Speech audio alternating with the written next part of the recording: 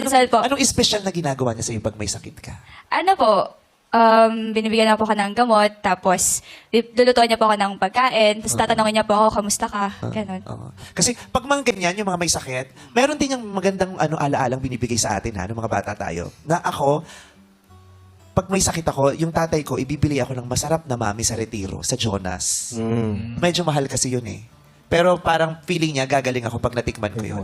Kaya pag may sakit ako, alam kong bibili siya ng mami sa Retiro. Hindi yung maming, marami kasing mami sa kalsada.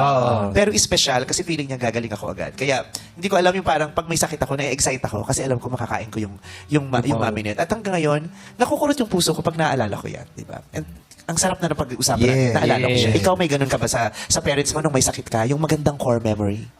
Sa akin yun, parang ganun din. Hindi niya ako binibilihan, pero nilulutuan ako ng chicken noodle soup. Yes! Yung painit na sabaw talaga. Kasi di ba? Tapos sa chicken noodle soup, diba? Yung parang meron siyang laman na mabili. Yes. Tapos pag nakagat mo, maalat. Ang sarap nun, parang giniling. Oo, parang ganyan, maalat siya. Yes, pero yun, parang ang sarap lang na kahit na masama yung pakiramdam mo, merong tao na gusto magpagaang ng loob mo para hindi mo masyado maramdaman yung sakit. Oo, at saka parang ang simple, kasi instant noodle soup yun. Yes, yes. Pero ang sarap-sarap nun. Sobra. Sarap-sarap. Yes.